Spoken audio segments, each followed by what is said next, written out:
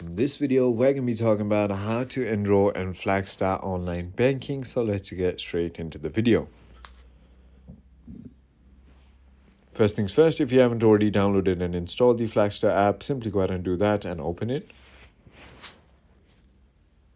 Then you're going to be taken to this page right over here where all you want to do is simply go ahead and click on Enroll Now on the bottom left right over here.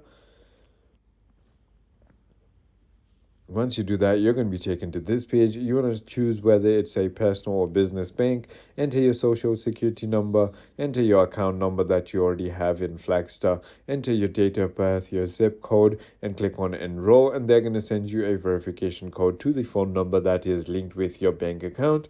And when you enter that verification code, they'll let you create a user ID and password. It is as simple as that. I hope this video clarifies everything for you. If you have further more queries, feel free to comment down below, and I'll see you on the next one.